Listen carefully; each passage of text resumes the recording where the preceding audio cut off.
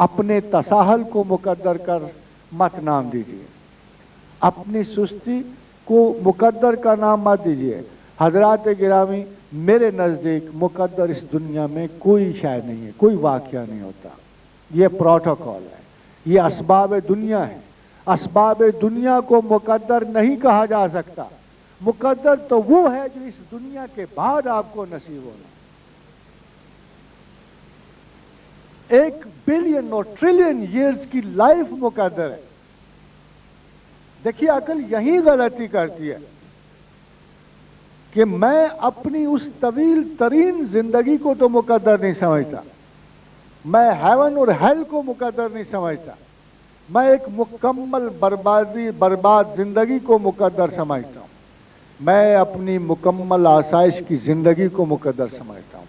Transition में कोई मुकद्दर नहीं होता।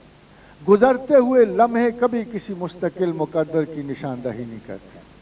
आज तक किसी फिलोसोफर ने, किसी मुफक्किर ने, किसी आलम ने ट्रांजिशनल स्टेज पर कोई हुक्म सादर नहीं किया। ट्रांजिशन किसे कहते हैं? एक पासिंग लम्हे पर राय नहीं दी।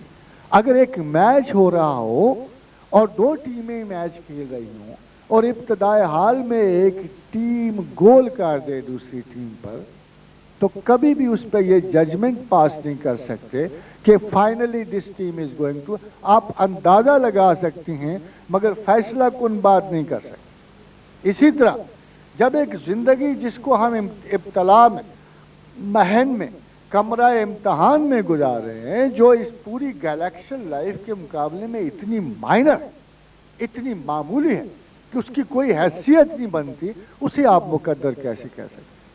मुकद्दर तो वो है जो इस जिंदगी गुजरने के बाद, कमरा इम्तहान से निकलने के बाद, जब नताइज का फैसला होगा और आपको जन्नत या जहन्नुम, विसाल खुदावंद या विसाल शैतान में मिलेगा।